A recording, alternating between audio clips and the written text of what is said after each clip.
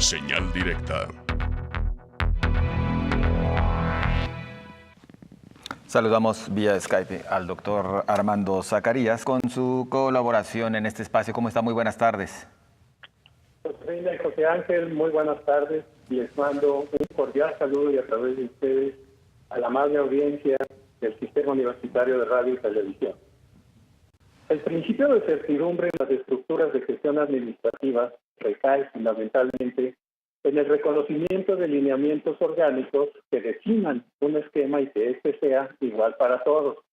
Para lograr ese efecto, se desarrolla un camino administrativo que se repite por él o los equipos administrativos y todos reconocen un reglamento o un ordenamiento o un principio estatutario que define la forma en que cada quien debe operar para poner en funcionamiento una orden o un desarrollo administrativo.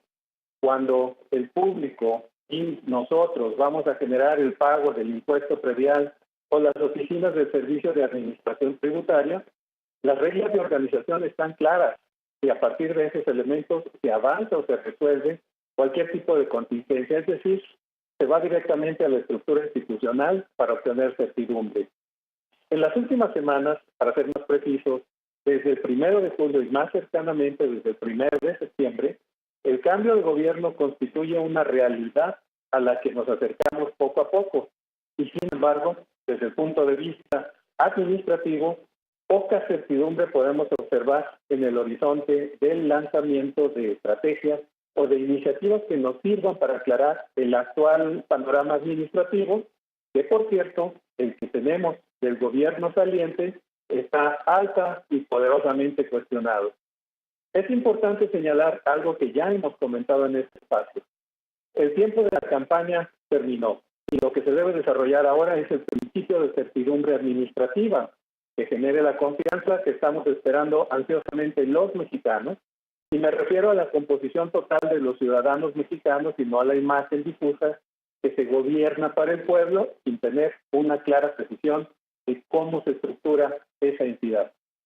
Frente a los desafíos que representan la administración pública y su correspondiente eficiencia y eficacia, no hay claridad en el esquema que se presenta para desarrollar su adecuada gestión en elementos que ofrezcan la claridad proyectada. Así, por ejemplo, el tema de la descentralización de las oficinas federales que permanece como línea de trabajo constituye un deseo que se puede plantear en una campaña electoral. Sin embargo, el costo que puede representar su puesta en funcionamiento constituye uno de los monumentales proyectos que vaticinan grandes gastos administrativos y, más aún, inversión colosal para lograr su establecimiento y desarrollo eficaz.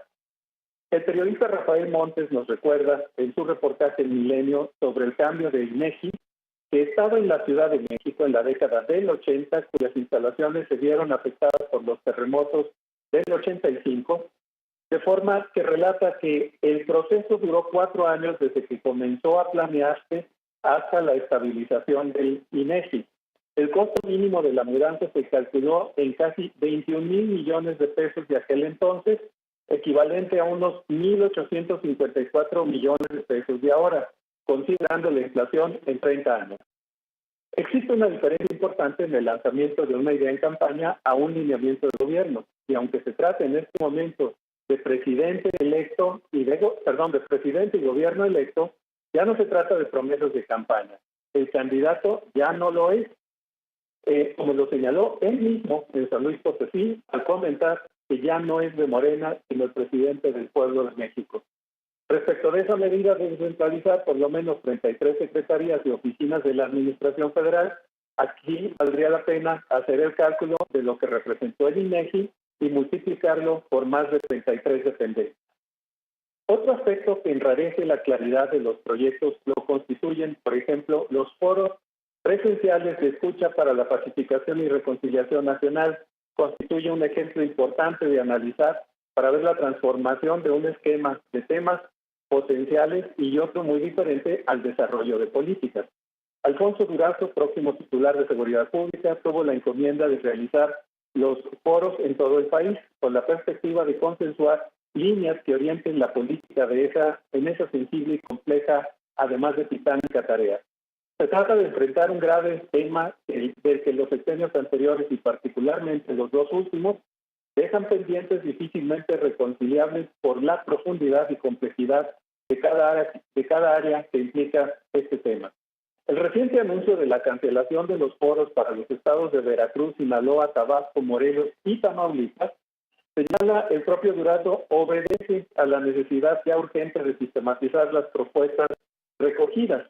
Por otra parte, en conferencia, la doctora Loretta Ortiz agrega que ya es hora de comenzar a armar las políticas de Estado y los foros se han convertido en un esquema muy repetitivo, por lo que se anuncia su interrupción. Los foros estaban programados para llevarse a cabo entre el 9 y 22 de octubre, y ahí se genera una poderosa controversia por su unilateral cancelación y la falta de participación para una diversidad de actores sociales que no planteaban su contribución en una dimensión de análisis académico, sino en la intervención, podríamos decir, del pueblo, en la integración de políticas trascendentales como las de sexo. De igual forma, en la consulta sobre el foro educativo y la suspensión de este en el estado de Guerrero, surge una serie de inquietudes respecto a la efectividad de estos eventos y su conversión en políticas federales. Josefina y José Ángel, al margen de que podamos en programas posteriores seguir analizando esta ruta en la búsqueda de certidumbre, me quisiera referir ahora a las trágicas noticias que enlutan a la comunidad del Centro Universitario de Ciencias Sociales y Humanidades y que también demandan certidumbre total para la comunidad universitaria. Me refiero a las injustas e intolerables muertes de Bárbara Daniela Guerrero Beltrán y Angélica María Saldívar Jáuregui. Bárbara, estudiante de Estudios Internacionales, y Angélica, de Estudios Jurídicos. Dos mujeres prometedoras y futuras profesionales universitarias en un ambiente que requiere de hombres y mujeres con talento y compromiso para abordar los retos sociales que nos aquejan. Ayer se trató de un trágico lunes para la comunidad estudiantil y universitaria que evidencia la falta de certidumbre del Estado respecto de uno de sus preceptos constitucionales que señalan en el artículo 1 de la Constitución. En los Estados Unidos mexicanos, todas las personas gozarán de los derechos humanos reconocidos en esta Constitución, así como las garantías para su protección, cuyo ejercicio no podrá restringirse ni suspenderse. Y más adelante señala la Constitución que todas las autoridades en el ámbito de sus competencias tienen la obligación de promover, respetar, proteger y garantizar los derechos humanos de conformidad con los principios de universalidad, interdependencia, indivisibilidad y progresividad. En consecuencia, el Estado deberá prevenir, investigar, sancionar y reparar las violaciones a los derechos humanos. Así pues, el principio de aseguramiento de la vida constituye, entendiendo los derechos humanos como ese principio fundamental que obliga al Estado a ofrecer las condiciones que permitan ese desarrollo, uno de los valores irrenunciables de los ciudadanos y del gobierno. Nos enfrentamos a una fase en la que las explicaciones resultan un tema realmente insuficiente e injusto. La comunidad académica de la Universidad de Guadalajara y en este caso de Ciencias Sociales y Humanidades nos confrontamos con hechos inexplicables, pero con autoridades obligadas a resolver las indagatorias y obligadas a actuar conforme al principio constitucional, resolviendo la parte que les obliga como gobierno a resolver. Las estructuras de gobierno que se van y las que llegan tienen exactamente el mismo rango de responsabilidad constitucional, es decir, resolver los casos que empañan un desempeño institucional, y esperemos que se trate solamente de una desorganización, pero con posibilidades de reorientar el rumbo de las decisiones y acciones que forman parte de su responsabilidad. 3 escenarios se dibujan en el horizonte. Asumir la falta de dirección por parte de los órganos de gobierno encargados de estos análisis y pasar a la responsabilidad, o bien abundar en la negligencia que, como señalamos, se separa del principio constitucional que nos rige. La sociedad, como ya lo hemos mencionado a lo largo de este comentario, requerimos certidumbre y eficacia, y a eso las autoridades constitucionalmente están obligadas a ejercer ese mandato con base en el gobierno que están ejerciendo y para el cual fueron votados.